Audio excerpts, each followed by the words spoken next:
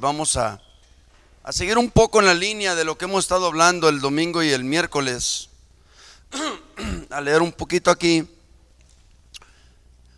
y a ver la instrucción de la palabra de Dios para hoy.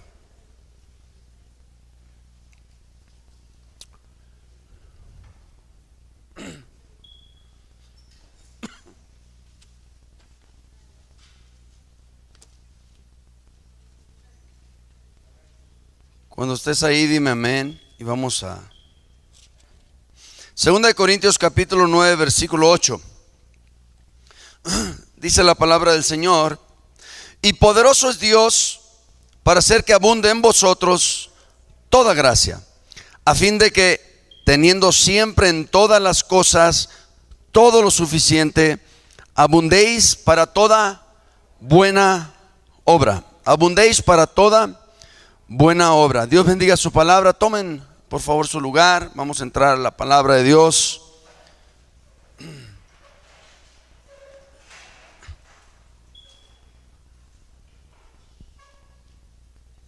Ok.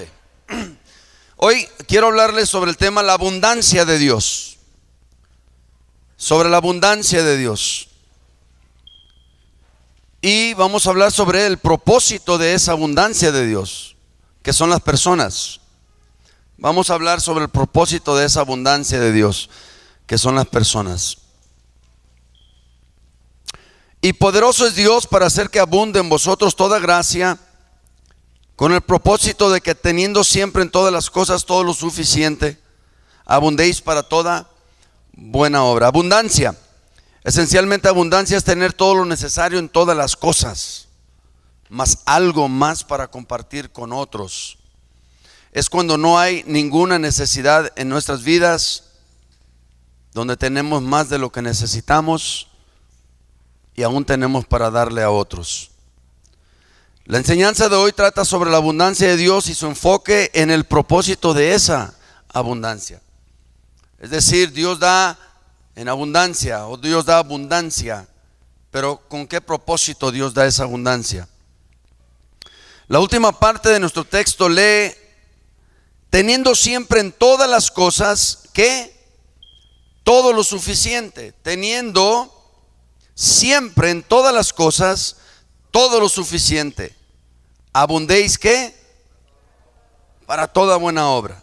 El propósito por el cual Dios provee la abundancia no es meramente para una indulgencia egoísta. Hay una porción en la Biblia que dice que pedimos y no recibimos. Dice, porque no pedimos ¿qué? Bien. Porque pedimos ¿para qué? Es importante entender eso.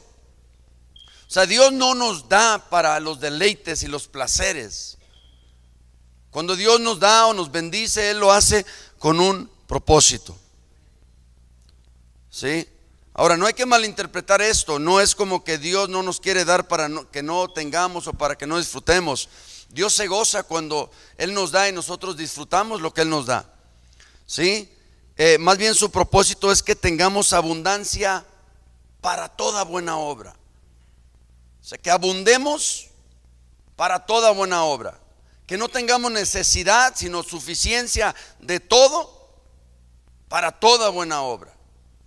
Nota, para toda buena obra es el propósito de la abundancia. Entonces, el propósito de la abundancia es que podamos hacer todo lo que Dios nos pide que hagamos con completa suficiencia. Escuché una vez una persona decir que iba a cerrar la iglesia porque no había suficientes entradas de economía y que se miraba obligada a la persona a cerrar la iglesia por esa razón. Eso es antibíblico. Dios no puede mandar a un hombre a abrir una iglesia y dejarlo morir de hambre. Ese no es Dios. Dios no mandó a esa persona a eso. Es cuando sabemos que las personas se mandaron solas, pues, o que fueron por su cuenta. No podemos nosotros decir que voy a cerrar la iglesia porque no tengo suficiencia. Cuando la Biblia dice, ¿qué dice la Biblia? Poderoso es Dios para hacer que abunde en vosotros toda gracia, a fin de que, teniendo siempre ¿qué? En todas las cosas ¿qué? Todo lo suficiente. O sea, cuando Dios manda a alguien a hacer algo, nota, detrás de ese alguien o delante de ese alguien ya va todo lo suficiente. ¿Ok? Te digo esto para que cuando escuches gente que te cuenta este tipo de cosas le digas, no, es que ese no fue Dios. Porque Dios es poderoso para hacer que abunde en nosotros toda gracia, a fin de que teniendo siempre en todas las cosas todo lo suficiente, abundemos para toda buena obra. Ese es Dios. Entonces, uno de los atributos notables de los cristianos de la iglesia primitiva en el Nuevo Testamento es que nunca dijeron, si tenemos suficiencia, vamos a hacer esto, o vamos a hacer aquello, o vamos a ir aquí, o vamos a hacer esto otro. Ellos siempre, simple y sencillamente dijeron, iremos a tal lugar, vamos a hacer tal cosa. O sea, ellos nunca pensaron o midieron las cosas por la suficiencia, porque Dios siempre proveía. Dios da pan para el que come y semilla para el que siembra. Entonces el dinero realmente nunca fue un problema para la iglesia. Aunque tenían mucho que decir sobre el dinero y eran muy prácticos para manejarlo, sus planes no dependían del dinero. La iglesia primitiva estaba más preocupada por la presencia de Dios que por cualquier otra cosa. El enfoque de ellos no estaba en bendícenos, Padre, danos esto, Padre. No, el propósito de ellos estaba, te necesitamos, tenemos hambre de ti, necesitamos tu presencia, queremos más de ti. Entonces note esa parte la última parte del verso, para toda buena obra. Una de las buenas obras, o una obra en específico por la cual Dios provee la abundancia, el apóstol Pablo la llama la buena obra, no las buenas obras, llama la buena obra. ¿Estamos aquí? Para toda buena obra, otra vez singular, no es plural. Está hablando de una obra en particular que es prioritaria para que podamos proporcionarle una morada a Dios. Es el propósito, es la buena obra. Proporcionarle a Dios una morada. Ahora, la Biblia dice que Dios no habita en templo hecho por manos de hombres. Entonces, cuando decimos Señor, ven y habita este lugar, no estamos hablando de que Dios habite el lugar. Estamos hablando de que Dios habite en nosotros y que a través o por medio de nosotros se manifieste la presencia de Dios. Y como dice en Efesios Pablo, que cuando vengamos y nos reunamos, somos espirituales, uno trae cánticos, otro trae oración, todos traemos algo que compartir en el servicio, y esa es la manifestación de Dios en nosotros y a través de nosotros. ¿Estamos aquí? Ok, entonces vamos a ver esto. Hoy vamos a considerar dos ejemplos de lo que estamos hablando. Proporcionar un lugar donde Dios more es el propósito, es la buena obra por el cual Dios da abundancia. Desde la creación lo vemos. Dios hizo la creación, Dios hizo los cielos, la tierra, la expansión, todo lo hizo Dios. Luego hizo Dios la tierra y luego hizo Dios el Edén, y dentro del Edén Dios puso al hombre, a la mujer, los animalitos, las plantas, todo lo creó Dios. Nota, antes de crear Dios a Adán y a Eva, creó todo lo que Adán y Eva iban a necesitar. ¿Sí? Y después Dios, dice la Biblia, se paseaba en el jardín. Por en el capítulo 3, parece el verso 8.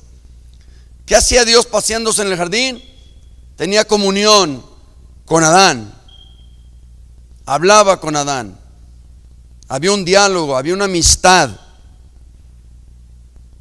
Sí, sabes eso, ¿no? Ok. Entonces, a menudo hablamos si lo mejor para nosotros es llegar al cielo. Sin embargo, al leer la Biblia encuentro que lo mejor es traer el cielo a la tierra. Jesús dijo en Mateo 6, hablando de la oración modelo, como en el cielo, también ¿dónde? Entonces el modelo es traerlo de arriba para abajo. En los últimos capítulos de la Biblia no encontramos que la tierra suba al cielo, encontramos al cielo bajando a la tierra. El empuje final del propósito de Dios desde la creación es habitar con el hombre. Una habitación es lo más importante en la vida del creyente. Y quiero ejemplificarte esto con dos ejemplos históricos en la Biblia donde Dios le pide a su pueblo Israel que proporcionaran un lugar donde él iba a morar. De hecho, si recuerdas, cuando Moisés va al faraón y dice: libera a mi pueblo, dice Dios: libera a mi pueblo, porque quiero que vayan al desierto ¿a qué? A adorarme, a levantar un tabernáculo para estar yo en medio de ellos. ¿Qué representaba el tabernáculo en el desierto? La presencia viva de Dios, y Dios morando y habitando en medio de su pueblo. Había 3 tribus a la izquierda, 3 a la derecha, 3 enfrente y 3 atrás, y en el centro de las 12 tribus estaba el tabernáculo de la reunión, el tabernáculo de Moisés, y Dios estaba en medio, en el centro de todos, y Dios hablaba desde el centro, y Dios se comunicaba, y Dios daba instrucciones. Entonces vamos a considerar estos dos. Hay 2 ejemplos. El primero es la morada del tabernáculo de Moisés. El segundo es el templo de Salomón. En cada caso Dios proporcionó a su pueblo con abundancia por adelantado, para que de su abundancia pudieran devolverle todo lo que fuera necesario para proporcionar un lugar de morada adecuado para su gloria. Nota, hay que observar esto y hay que estar atentos a esto. Dios da por adelantado algo que el pueblo ni sabía para qué se lo había dado Dios. Por eso es importante saber esto. Entonces Dios dio específicas ordenanzas muy precisas en cuanto al tipo de morada que él quería. No dejó una medida ni un material al azar. Todo fue específico, con precisión, y todo fue de la más alta calidad. No había nada barato o de mala calidad en todo lo que Dios requería para su morada. Creo que esto va de acuerdo con la naturaleza misma de Dios. Amén. Ok. Primero examinaremos la provisión de Dios para el tabernáculo de Moisés y la forma en que se produjo. Después concluiremos brindando una aplicación actualizada de estos 2 ejemplos para usted y para mí, viendo cómo es que estos 2 ejemplos nos pueden beneficiar el día de hoy. Dice en Romanos capítulo 15, me parece, que las cosas que antes fueron escritas para nuestra enseñanza fueron escritas. Amén. Y también parece que en Hebreos, no recuerdo dónde dice que estas cosas son sombra y figura. Entonces vamos a ver, primero vamos a tratar esto. El tabernáculo de Moisés. En Génesis 15, Dios hizo un pacto con Abraham. De hecho, todavía era Abraham. También le dio un anticipo de la cautividad de Israel. Verso 13 y 14 leen así: entonces Jehová dijo a Abraham: ten por cierto que tu descendencia morará en tierra ajena y será esclava allí, y será oprimida 400 años. Mas también a la nación a la cual servirán juzgaré yo. Y después de esto saldrán con gran riqueza. ¿Saldrán con qué? Ok. Un paréntesis. ¿Qué hace alguien con gran riqueza en el desierto? Bueno, por eso quiero meterte en el cuadro para que lo entiendas. Hay veces que Dios te da y no sabes ni para qué ni qué hacer con ello. Vamos a ver. La Biblia viviente dice: se irán con gran riqueza. Cuando Dios predijo el cautiverio de Israel en Egipto y su posterior liberación, enfatizó que cuando fueran redimidos y entregados, saldrían con gran riqueza. Esto no fue un accidente, era parte del propósito predeterminado de Dios. Nota, Dios le habla a Abraham, pasan más de 400 años y se cumple lo que Dios habló, porque Él no es hombre para mentir, ni hijo de hombre para arrepentirse. Aquí todavía no entraban en cautiverio, pero Dios ya había predicho el resultado. Iban a estar en cautiverio, pero iban a salir ricos. Ok. Y esto se cumple. Vemos esta predicción cumplida en Éxodo 12. Fue el resultado inmediato de la noche de la Pascua, cuando las familias de los israelitas se salvaron y todos los primogénitos de los egipcios fueron asesinados. Dice Éxodo 12, 35 y 36: e hicieron los hijos de Israel conforme al mandamiento de Moisés, pidiendo de los egipcios alhajas de plata y de oro y vestidos. Y Jehová dio gracia al pueblo delante de los egipcios, y les dieron cuanto que pedían. Así despojaron ¿qué? ¿Qué les hicieron los egipcios? Los despojaron, cumpliéndose la palabra profetizada por Dios de que iban a salir ¿con qué? Con riqueza. Ahora note, nadie sabía por qué es que ellos iban a llevar oro, plata y tantas otras cosas. Se desarrolla después el por qué, ¿sale? Ok, la Biblia dice despojaron a los egipcios. El hecho es que los israelitas se llevaron todo lo que tenían los egipcios: oro, plata y vestimenta. Cualquier cosa que pusieron sus ojos y pidieron, consiguieron. ¿Por qué? Porque los egipcios estaban tan asustados que todo lo que querían era deshacerse de estas personas y no les importaba el costo por las plagas que les habían llegado. Entonces hay una hermosa descripción de la liberación de Israel de Egipto en el Salmo 105, verso 37. Dice: también los sacó con plata y oro, y no había ningún débil entre sus tribus. No sé por qué en las películas de Moisés que sacan de la liberación del pueblo, salen algunos renqueando y enfermos y cojeando. ¿Sí ha visto las películas esas? Note lo que dice el salmista David en el Salmo 105, verso 37. Dice: también los sacó con plata y oro, y no había ¿qué? No hubo en sus tribus enfermo, no hubo ningún débil entre sus tribus. Salieron sanos, bendecidos, enriquecidos. ¿Por qué?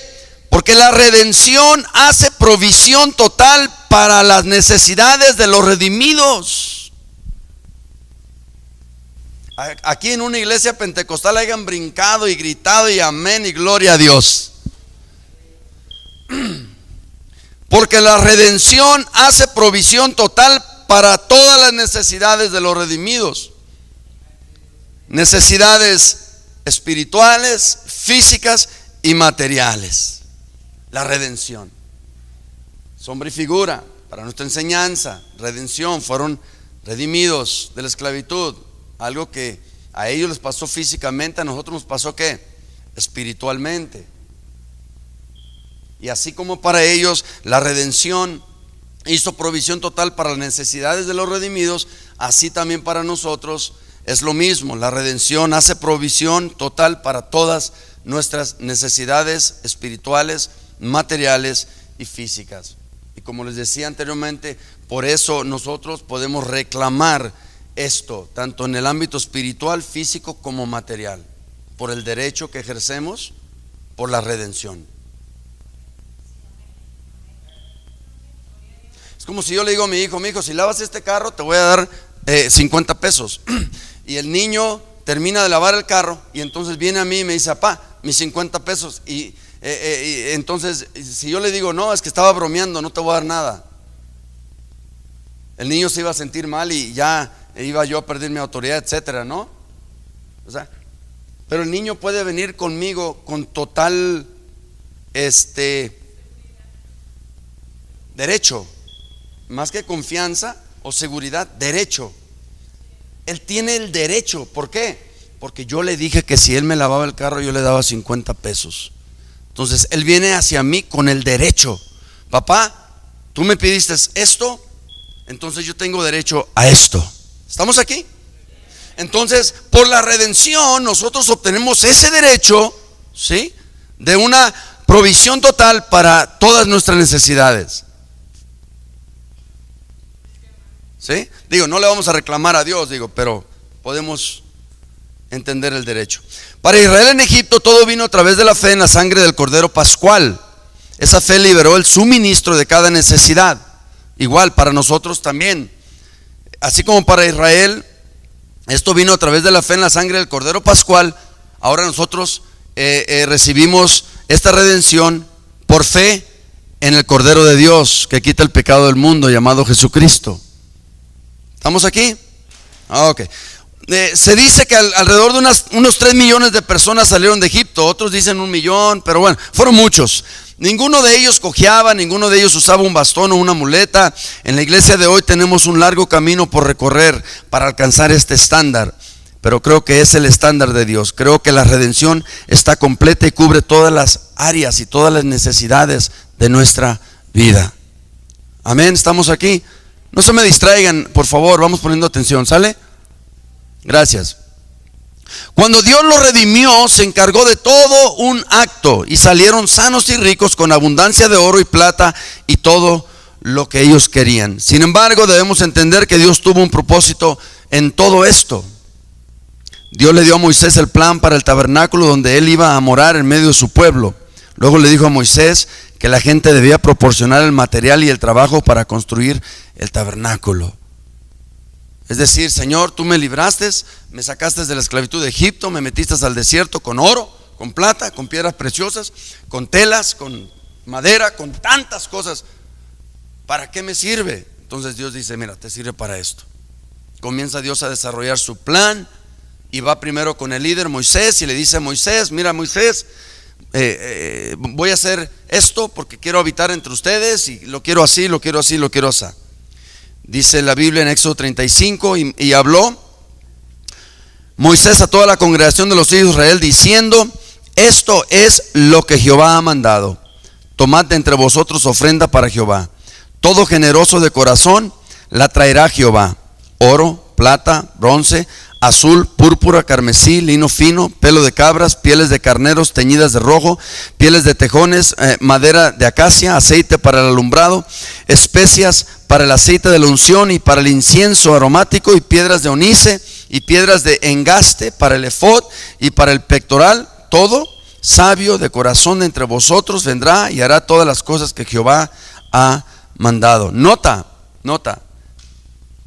Todo lo que Dios le pide a Moisés es lo que Dios le había dado al pueblo. Porque dijera usted, pues ¿de dónde va a sacar la gente todo esto? Dios ya se lo había dado. Y en ambos casos de la construcción del templo igual, Dios dio la provisión antes de pedirlo. Las personas debían sacar sus ofrendas de la abundancia que Dios les había previsto o provisto a través de la redención para hacer el tipo de vivienda que Dios requería. No les dio opciones sobre la morada. Habría oro, plata y bronce. Todo tenía que ser hecho exactamente como Él lo requería. Sin embargo, sus requisitos no eran irrazonables porque ya les había dado todo lo que ellos iban a necesitar para cumplir el mandato de parte de Dios. El resultado final se describe en Éxodo 36, 6 y 7. Entonces Moisés mandó pregonar por el campamento diciendo, ningún hombre ni mujer haga más para la ofrenda del santuario. Así se le impidió al pueblo ofrecer más, pues tenían material abundante para hacer toda la obra y sobraba. La versión Reina Valera lo dice de otra manera, pero sobraba.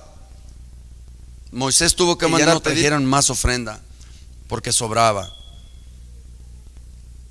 Te leo el texto inicial. Y poderoso es Dios para hacer que abunde en vosotros toda gracia, a fin de que teniendo siempre en todas las cosas todo lo suficiente, teniendo siempre en todas las cosas todo lo suficiente, teniendo siempre en todas las cosas todo lo suficiente, teniendo siempre en todo todas las cosas lo suficiente,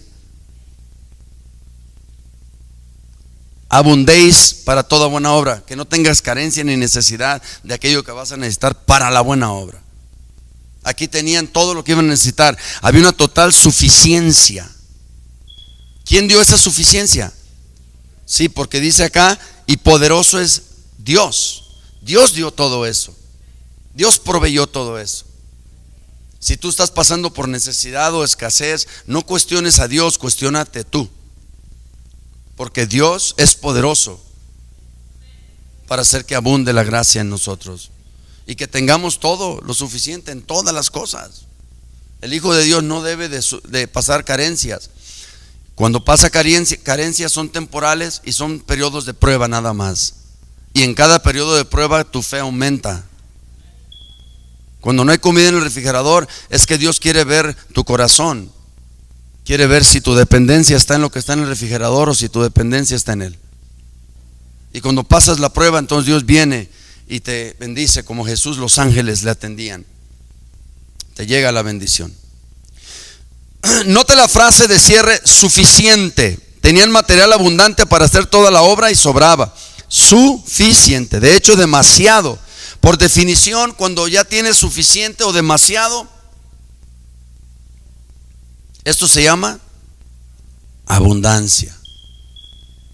Abundancia. La redención proporciona abundancia, suficiencia en todo.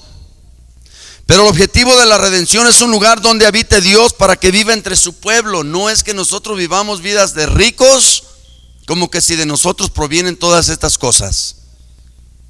El propósito de Dios no es ese. Si Dios te bendice, si Dios te prospera, si Dios hace que abunde en ti, lo que sea, no lo hace con ese tipo de propósitos. El propósito mayor por el cual Dios lo hace es para morar entre nosotros. Y a partir de lo que Dios nos da a través de la redención, Él nos pide que le devolvamos lo que le proporcionará para su lugar de residencia. Nota que no estamos hablando de dinero. No estamos hablando de dinero. Estamos hablando de abundancia. Salud es mejor que dinero y Dios nos la da. Paz es mejor que el dinero y Dios nos la da. Gozo es mejor que el dinero y Dios nos lo da. Amén, abundancia. Ya vimos aquí uno de los ejemplos. Vamos a ver el segundo porque el tiempo pasa. El templo de Salomón. David se nos presenta por primera vez en las escrituras en un entorno muy humilde. Yo creo que todos conocemos la historia de David. Era hijo nada más de Isaí. No era hijo legítimo. Estaba en la serranía, los hermanos en su casa a gusto, él trabajando. Bueno, era el hijo menor de una familia de poca riqueza en las montañas rocosas de Judá, cuidando de las ovejas de su padre. 1 Samuel 16. Sin embargo, al final de su vida, David había dispuesto del equivalente a muchos millones de dólares. A muchos millones de dólares. Antes de su muerte llevó a la casa de Dios, al templo que Salomón debía construir, el equivalente a unos 100 millones de su propia fortuna. De su propia fortuna. Una realización muy importante que debemos hacer es que durante el reinado de David hubo un aumento fantástico en la riqueza de Israel. No conozco ninguna forma de calcularlo, pero su Producto Nacional Bruto debe haberse multiplicado cientos de veces. Lo que había sido una nación pobre y luchadora que se ganaba la vida en la agricultura, el ganado y las ovejas, se había vuelto increíblemente rica la nación de Israel al final del reinado de David. Y esto no fue un accidente. La riqueza de Israel fue en parte el resultado de la bendición de Dios sobre la vida de David. Sabemos que cada vez que Dios encuentra un hombre según su corazón para guiar a su pueblo, Él bendecirá a su pueblo a través de ese hombre. Pero aparte de eso, Dios tenía otro propósito. Al final del reinado de David, Dios quería que Israel estuviera listo para la construcción del templo que Salomón debía de construir. Nuevamente la meta de Dios era una morada donde Él pudiera estar entre su pueblo. Y nuevamente cada detalle de esa morada fue definido con precisión. Nada se dejó a la imaginación del constructor. Al constructor se le dijo qué hacer. No se le dio la libertad de hacerlo como él quisiera. Había órdenes específicas. El relato de lo que se dio para la construcción del templo de Salomón contiene parte del lenguaje más glorioso que se encuentra en la escritura. Hay algo impresionante acerca de las palabras que usó David para describir la preparación que hizo para el templo. Te leo de 1 Crónicas 29:2. Yo con todas mis fuerzas he preparado para la casa de mi Dios oro para las cosas de oro, plata para las cosas de plata, bronce para las de bronce, hierro para las de hierro y madera para las de madera. Piedra de onís, piedras preciosas, piedras negras, piedras de diversos colores y toda clase de piedras preciosas y piedras de mármol en abundancia. Otra vez la palabra abundancia. Abundancia sabemos que era de lo que David tenía, de lo que él no tenía necesidad, sino tenía de sobra, que abundaban, que eran más de lo que él necesitaba. Abundancia. Note la última palabra de la descripción de David, abundancia. Resume la provisión hecha para el templo tal como resumió la provisión hecha para el tabernáculo. La abundancia es de hecho el nivel de provisión que Dios siempre hace para su pueblo. Te lo leo otra vez. La abundancia es de hecho el nivel de provisión que Dios siempre hace para su pueblo. No hay nada limitado o tacaño al respecto. Él es el Dios de la abundancia. Si no estamos viviendo en abundancia otra vez, no juzguemos a Dios, juzguémonos nosotros. En las semanas que vienen te voy a enseñar el por qué es que a veces no vivimos en abundancia, o cómo es que nosotros abusamos de la gracia de Dios y la abundancia se convierte en pobreza por las malas decisiones, por las malas administraciones, etcétera, etcétera. Dice la Biblia en 2 Corintios 4:2 que es necesario que los administradores sean hallados ¿qué? Fieles. ¿Sí? Porque abundancia y fidelidad van de la mano. O sea, ¿para qué te da Dios algo? O sea, Dios te da algo siempre con un propósito. ¿Sale? Ok. Fuera de su forma personal, David proporcionó el equivalente en oro solamente, alrededor de 75 millones de dólares en nuestro tiempo. Eso no incluía la plata u otros materiales. Lo puede ver en el verso 3 y 4. Más adelante leemos que los líderes también dieron de sus propias posesiones. El verso 6 y 7 dice: entonces los líderes de las casas de los padres, los líderes de las tribus de Israel, los capitanes de miles y cientos, con los oficiales sobre el trabajo del rey, se ofrecieron de buena gana. ¿De qué? De buena gana. Dieron por la obra de la casa de Dios 5,000 talentos y 10,000 dardos de oro, 10,000 talentos de plata, 18,000 talentos de bronce y 100,000 talentos de hierro. Es muchísimos talentos. Versos 6 y 7. De acuerdo con un cálculo, la cifra en ese pasaje ascendía a 125 millones en oro nada más. Más 75 millones de oro de David. Estamos hablando de 200,000 millones de dólares en oro nada más, de sus propias fortunas. Esto es aparte de la plata, las piedras preciosas, madera, mármol y todos los demás artículos contribuidos. Estamos hablando de que el templo de Salomón constaba de puro oro con alrededor de 200 millones de dólares. Es muchísimo, ¿no? Pero ¿quién dio eso? Para él no es mucho. Necesitamos recordar en todo esto que David comenzó siendo un pequeño pastor humilde en las colinas rocosas de Judá. No tenía ni poseía nada. Y mira cómo terminó. Entonces ya vimos cómo Dios provee para el templo de Salomón. Ya vimos cómo Dios proveyó para el tabernáculo de Moisés, y el propósito y el fin por el cual Dios dio abundancia tanto al pueblo de Israel como a David y a los demás fue para que construyesen un lugar donde habitara Dios en medio del pueblo. ¿Cuál es el deseo más grande de Dios, hermanos? Que nosotros vivamos vidas prósperas y abundantes. Puede ser, pero no es el propósito principal de Dios. El propósito principal de Dios es que Él pueda morar con nosotros.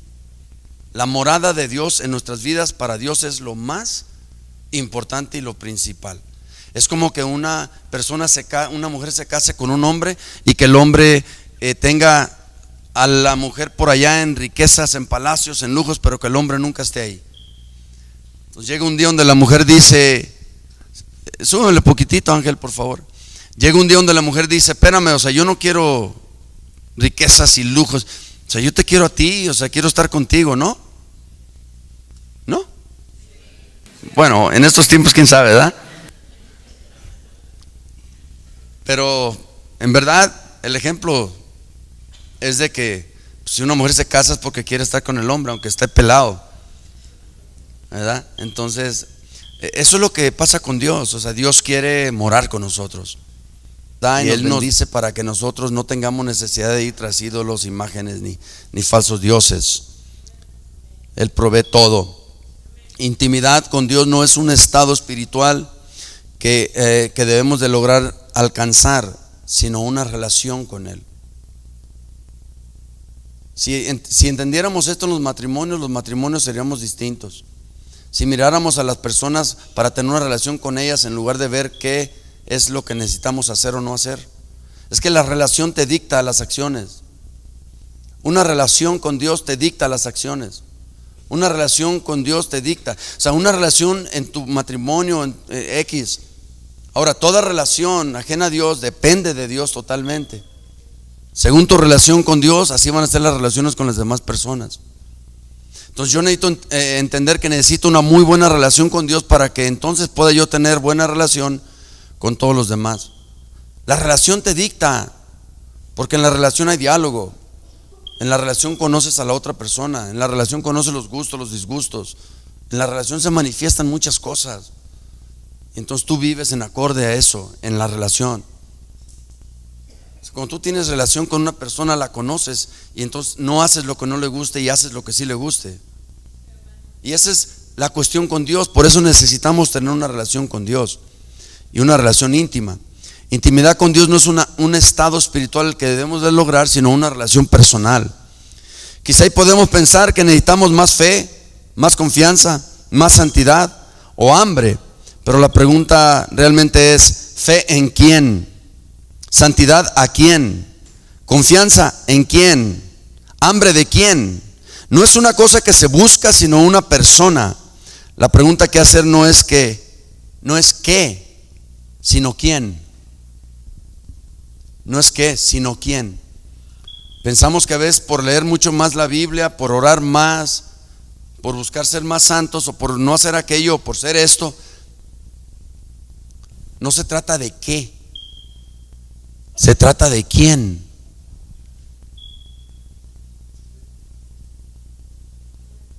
Voy a dejar que eso entre ahí tantito.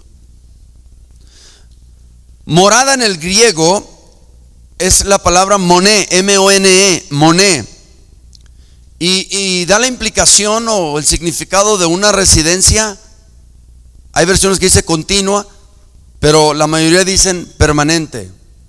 Una residencia permanente. ¿Qué quiere decir esto? Que cuando Dios buscó en el tabernáculo morar, Él quería morar ahí, ¿qué? Pero vemos que transcurre el tiempo y la gente cambia, y entonces hacen a Dios a un lado, y entonces viene ahora el templo de Salomón, y ahí estaba la presencia de Dios desde el inicio, de hecho desde antes del inicio, y Dios prosperó la obra y creció y todo. Pero ¿qué pasó después? También fue destruido el templo. ¿Por qué? Porque el pueblo se olvidó de Dios. Y Dios, buscando tener comunión y relación con nosotros haciendo lo malo, nos alejamos de Él, o lo alejamos a Él de nosotros. Pero ahora en Jesucristo, como dicen Hebreos, que tenemos un sumo sacerdote que entró una vez, ¿por qué? Por todas, al lugar santísimo. De tal manera que Él, al haber entrado, dice 1 Corintios 1:9, Dios nos llama a tener comunión con Cristo. Entonces ahora, nota, tenemos comunión con Cristo. Te explico rápidamente, hay dos palabras: unión y comunión. Con Cristo tenemos unión, estamos unidos a Él. ¿Sí? Estamos unidos. Pero la unión no crece ni disminuye, simple y sencillamente es: ¿estás unido o no estás unido? O sea, no es que estés muy unido o que estés algo desunido. ¿Estás unido o no estás unido? La unión no crece ni disminuye. La comunión, sin embargo, ella es con Dios, y ella sí crece o disminuye. La comunión sí crece o disminuye por medio de la relación. Por medio de la relación nosotros podemos hacer que esa comunión crezca o que esa comunión disminuya. Un matrimonio está unido en unión, punto. Pero cuando entra la relación, nota, la relación, decíamos el domingo, produce ¿qué? Fruto. ¿Por cómo? La relación íntima de dos personas crean la concepción. ¿Y la concepción qué hace? Produce fruto. Entonces aumentan, dos personas se casan, con el tiempo son 3, 4, 5, 6 o 7 o 10 o 20. Crece. ¿Sí estamos? Pero no creció por la unión, creció por la comunión.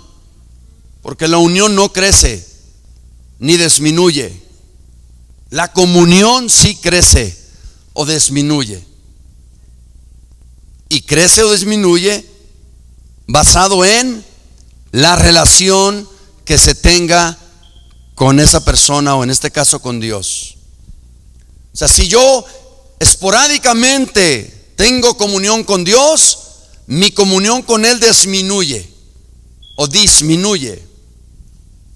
Pero si yo estoy persistente y estoy buscándolo y estoy en oración y estoy en búsqueda y estoy en entrega y lo deseo, entonces mi comunión con Él ¿qué?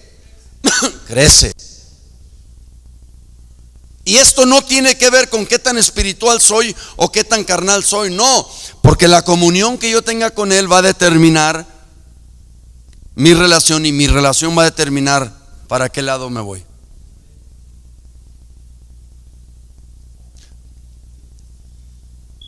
¿Sí agarramos algo ahí? Ok.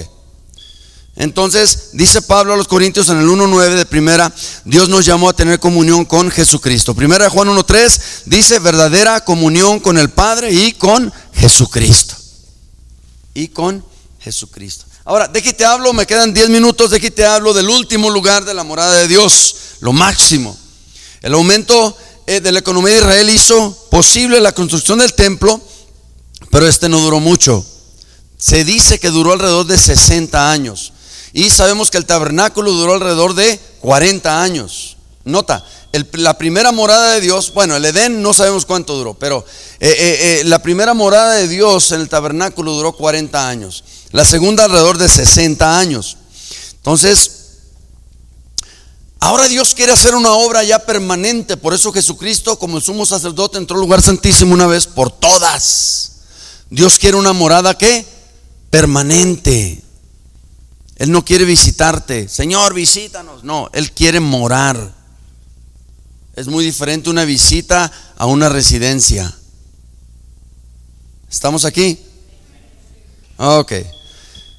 Entonces creo que Dios está haciendo una obra en nuestros días que es paralela a la que hizo por Israel en los días de David, porque Dios tiene un propósito. ¿Cuál es ese propósito? Él quiere un lugar de vivienda. Él quiere morar con el hombre. Y Él es muy preciso acerca de las especificaciones de su lugar de morada. Él no es tacaño. Él quiere todo lo mejor, de la más alta calidad. Tú eres lo mejor de la más alta calidad. Sin embargo, la morada que se está construyendo para Dios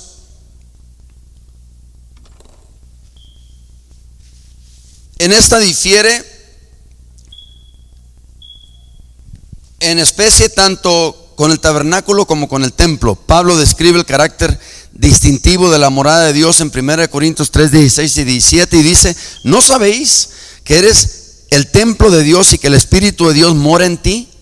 Si alguien profana el templo de Dios, Dios lo destruirá. Antes nosotros destruíamos al templo. Ahora Dios nos destruirá a nosotros, porque el templo de Dios es santo y ese templo eres tú. De manera similar, Pedro dice: ustedes también, como piedras vivas, están siendo edificados como una casa espiritual, un sacerdocio santo. 1 Pedro 2:5. Note qué está haciendo ahora Dios por medio de Jesucristo con la obra del Espíritu Santo. ¿Qué está haciendo? Está construyendo, dice Pedro, un edificio, una casa espiritual, un sacerdocio santo. Y nosotros somos esas piedras con las que Él va a construirlo. Entonces estamos hablando aquí de la morada definitiva, permanente de Dios, que no está hecha de oro o plata, ni de ninguno de los materiales preciosos que se prodigaron en el templo de Salomón, ni en el tabernáculo de Moisés. ¿Por qué? Porque hay algo infinitamente más precioso para Dios que el oro, la plata, las piedras, las telas, los pieles, la madera. Y esa es la gente, las personas, nosotros. Por eso te decía el tema hoy, la abundancia de Dios. Y el propósito de esa abundancia son las personas. Para Dios las personas son lo más valioso. Ya no requiere ni busca a Dios que sean piedras preciosas, ni oro, ni plata. Ya no, porque ya no es sombra y figura, ya no es una enseñanza, ya es literal, ya es con nosotros el asunto. O sea, antes era con el sumo sacerdote o con Moisés o con Aarón. No, ahora es con todos los creyentes. Ahora ese tabernáculo está en nosotros, ahora ese templo está en nosotros. Somos ese templo nosotros. ¿Te imaginas si aquello era hermoso y glorioso? ¿Cuánto más somos nosotros? Por eso Jesús, hablando en Mateo 6, dice: si las aves de los campos del cielo no siembran ni cosechan, y Dios les da, y si los lirios, dice, ¿cuánto más vosotros? O sea, ¿cuánto más valemos nosotros para Dios? O sea, nota, toda la creación fue para nosotros. Quiere decir que hay una gran importancia de nosotros para con Dios. Por eso dice la Biblia que somos aceptos en el amado. En Efesios, si tú algún día tuviste rechazo, abandono, si tú algún día te creaste sin papá, sin mamá, si los demás te desechaban, tienes que entender que en el amado eres acepto. Tienes que entender que para Él vales más que el oro, la plata, las piedras preciosas, la madera. Vales más que todo, hermano, para Él. ¿Por qué? Porque la inversión más grande que Dios ha hecho es humana. Jesús se hizo hombre. No para salvar al mundo, para salvar a los que están en el mundo. No para salvar los mares y los cielos. No, hermano. Por eso no nos metemos en esos rollos ecológicos de que hay la atmósfera. No nos interesa. Dios tiene ya su propósito. O sea, la inversión de Dios es humana, no es material. Dios ya no está buscando lo material, Dios está buscando el corazón de una persona que le crea, que se arrepienta, que lo conozca, que quiera tener y desea tener una relación íntima, una morada permanente. Eso es lo que Él está buscando. Hay algo más infinitamente precioso para Dios que todo esto, que el templo de Salomón, que el tabernáculo, todo eso. Y ese eres tú y soy yo. Cuando Dios quiere la morada más preciosa de todas, elige una hecha de personas, no de materiales. Dios no dice: voy a bendecir la calle Nicolás Bravo. Dios no dice: voy a bendecir a Jalisco. Dios dice: voy a bendecir a mi hijo, voy a bendecir a mi siervo. Te voy a dar en abundancia, porque deseo que seas prosperado en todas las cosas, en salud, así como prospera tu alma. Te voy a bendecir de manera que no tengas necesidad de pedirle nada a nadie. Te voy a bendecir de manera que me puedas honrar y que no te quejes, que puedas hablar bien de mí, que me representes dignamente como mi embajador. Te voy a dar tanto que vas a tener hasta para repartir a otros que tienen carencia y necesidad. Y nosotros somos esa gente, somos la morada de Dios. Si Dios era tan particular y tan generoso acerca del tabernáculo de Moisés, y más aún acerca del templo de Salomón, que eran edificios temporales, ¿crees que será menos particular o menos fastidioso acerca de su morada final, eterna, el cual eres tú y soy yo? Completar este lugar de residencia requerirá tanto trabajo como gastos, mucho más allá de todo lo que se destinó al templo de Salomón. No está hablando en dinero. Si alguno quiere venir en pos de mí, niéguese a sí mismo. El que no es, no puede ser mi discípulo. Hay un precio que pagar. Y este es mucho más grande que el templo de Salomón, que en oro solamente, nada más de David y de los líderes, tuvo $2 millones. Hay un precio que pagar. No es nomás venir a la iglesia. ¿Qué es la vida eterna? Dice Jesús: que te conozcan a ti. Le dicen los discípulos: Señor, muéstranos al Padre. ¿Qué les dice Jesús? ¿Tanto tiempo? Y Todavía no lo conocen, dice el que me ha visto a mí, ha visto al Padre. No entendían. A veces no entendemos. Las piedras vivas que Dios ha escogido deben extraerse de todas las naciones en la faz de la tierra, porque Dios no estará satisfecho hasta que estén representadas todas las naciones, tribus, lenguas y pueblos. Apocalipsis 7:9. Dios no quiere piedras preciosas, Dios te quiere a ti porque tú eres esa piedra preciosa con la que Él construye su edificio, su morada espiritual. Por lo tanto, Dios ha ordenado que este evangelio del reino sea predicado en todo el mundo para testimonio a todas las naciones. Mateo 24:14. Por eso cuando nosotros evangelizamos, no llegamos a la gente diciendo: ¿sabías que hay un infierno y que vas destinado al infierno? Ese no es el evangelio. El evangelio es: ¿sabías tú que Dios te ama y que Dios quiere vivir contigo eternamente? Y Dios tiene una morada celestial. Juan 14, Jesús: no se turbe vuestro corazón, creéis en Dios, creed también en mí. En la casa de mi Padre muchas moradas hay. Aquí pues yo voy para preparar lugar para donde yo esté, ustedes también estén. Entonces nota, o sea, muchas de las veces nosotros nos vamos por: eres un pecador y te vas a ir al infierno. Sí, hay que predicar eso, pero primero hay que predicar el amor. Y hay que enseñarle a la gente al Dios de amor, no al Dios de juicio. Ese es el evangelio. Dios quiere que entendamos cuánto costará completar su morada definitiva en esta era. Sabemos, por supuesto, que no podemos pagar por nuestra redención, ni que la salvación de un alma puede medirse en términos de finanzas. Pero sí tomamos seriamente nuestra responsabilidad de presentar el evangelio del reino a miles y a millones de personas del mundo actual. Es práctico reconocer que costará miles y millones de dólares. En absoluto. Mira, no medimos. Si yo te digo: hermano, vamos a levantar una ofrenda para propagar el evangelio, tú vas a decir: pues, o sea, no es que estamos comprando almas, pero es que se necesita dinero para tratados, para bocinas, para lo que sea. En ese sentido está hablando. La casa espiritual no se edifica con cosas materiales. Una vez una persona se quejó y dijo: no, es que ustedes nomás embellecen el templo. Pues bueno, es que queremos estar en un lugar bonito, ¿no? No, es que ustedes visten. Bueno, es que en ese lugar bonito queremos ser éticos, ¿no? Yo no creo que tú quieres venir aquí y ver a alguien con ropa sucia y mugrosa, y que aunque dijimos la otra vez, aunque hay alguien así con ropa sucia y mugrosa, esté hablando lo de Dios, pues es santo, ¿no? Pero que sea santo y limpio es mejor, ¿no? Ok. Ay, ya me pasé, ahí te va. Llenando el templo. La provisión de Dios que se necesita para esta morada final se revela en Ageo capítulo 2, versículos 6 al 9. ¿Alguien lo tiene?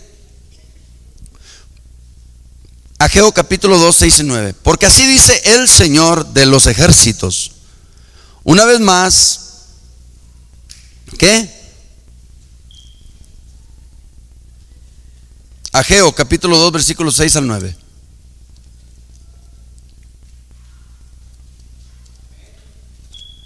¿Qué dice? Ya estamos terminando. No es que lo estoy terminando para no entrar el miércoles en esto, porque hay otro tema relacionado que quiero compartir el miércoles sobre las condiciones de esa abundancia. ¿Ya estás ahí? ¿Qué dice?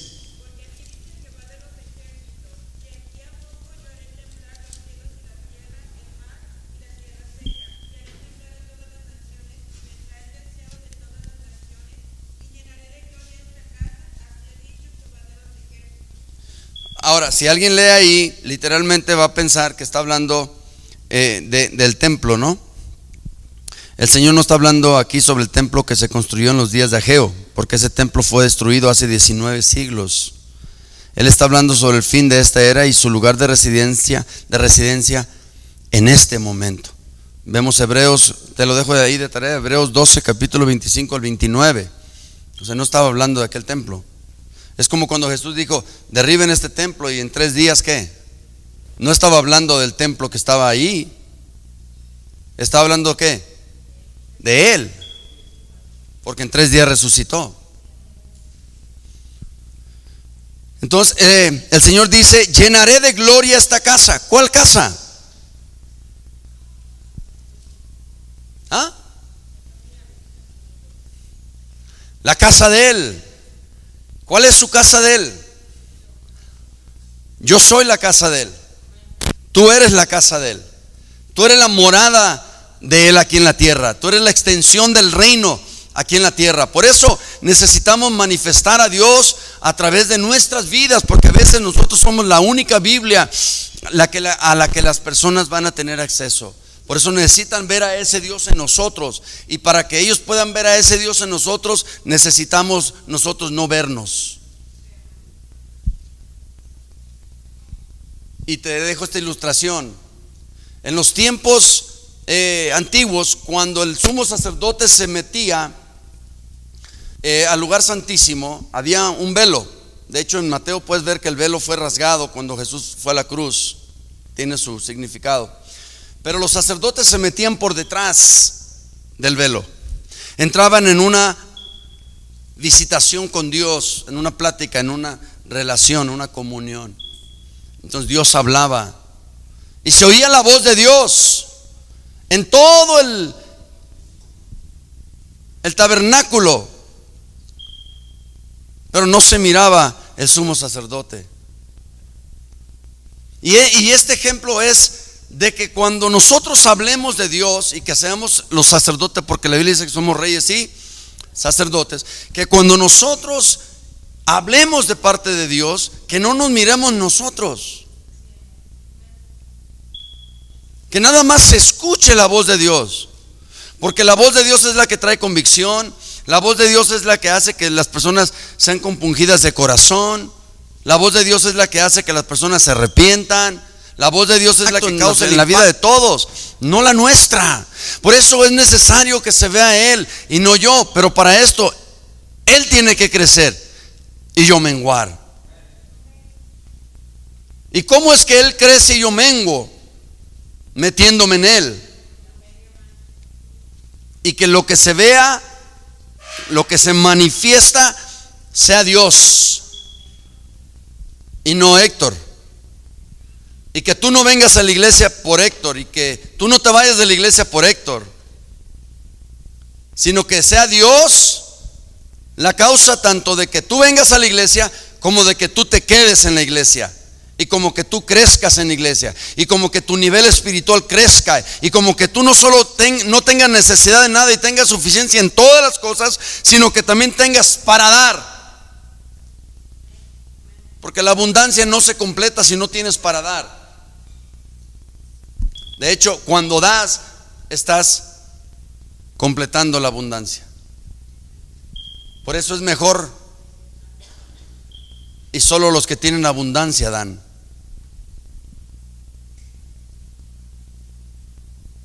Necesitamos llegar al punto. Por eso, hasta que Cristo se ha formado en nosotros, para este propósito fuimos predestinados. ¿Para qué? Para ser hechos conforme a la imagen.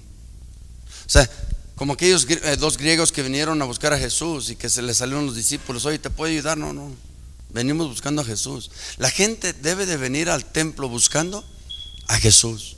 La gente no debe decir: ay, quiero ir ahí porque tienen una alabanza hermosa, quiero ir ahí porque tienen un grupo de danza hermoso, quiero ir ahí porque el templo está hermoso. Todo eso no sirve.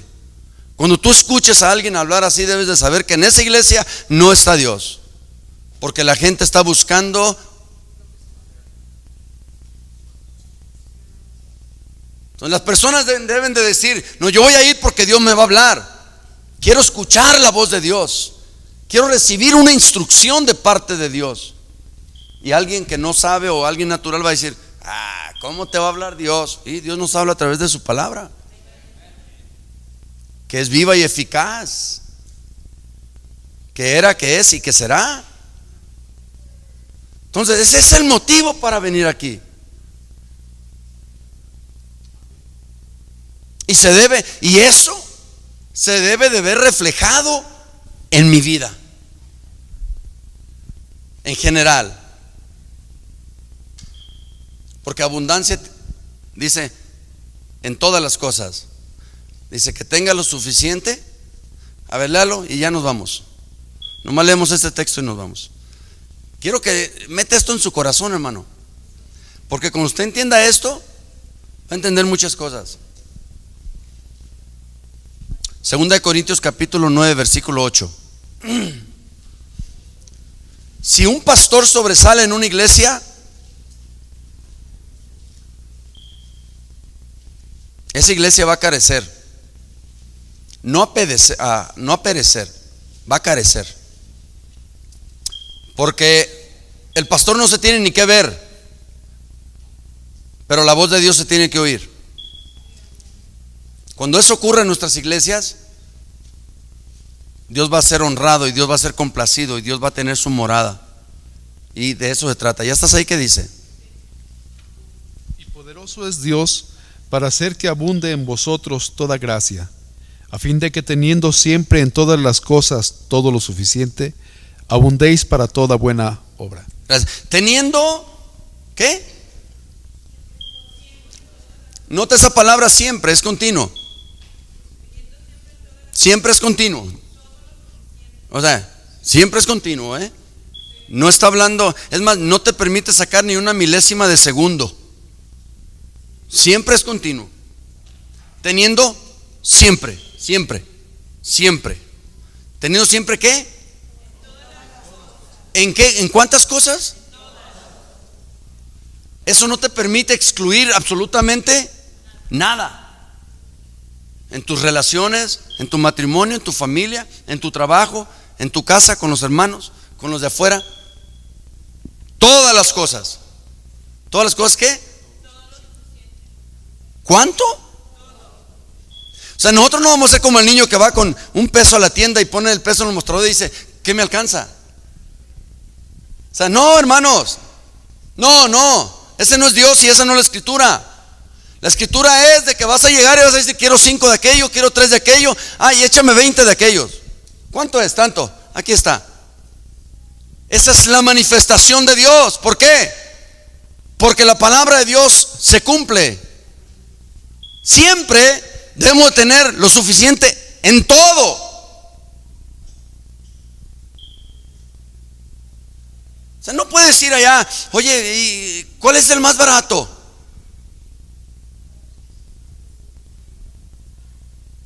Y yo sé que a veces hablo así, a veces las personas se incomodan porque dicen, no, pues él sí tiene. No, yo tengo la Biblia, tengo la palabra y tengo esa promesa. Y de veras te invito en el nombre de Jesús a que tú agarres y recibas y te apoderes de esa promesa. No de lo que yo te digo, de esa promesa. Como te hablé el miércoles y el domingo, obviamente hay condiciones. Hay condiciones. Y el miércoles te voy a hablar de las condiciones. Hay 4 condiciones. Ya vimos para quiénes son y quiénes son elegibles, pero hay 4 condiciones. Te las voy a hablar el miércoles. Sé que si te agrada lo que estamos hablando, te invito a que vengas el miércoles y que recibas y que escuches para que te puedas apoderar. Yo me apodero de esa palabra. Yo me apodero de esa palabra. 1, porque es mi herencia. 2, porque es mi derecho. Y te voy a enseñar las condiciones. Y una vez tú ya condicionado, wow, nada te va a poder parar, nada te va a poder detener. Tu mente cambia, tu vista cambia, tu sentido cambia, tu manera de vivir cambia totalmente. Créemelo. ¿Sale? Bueno, Dios te bendiga.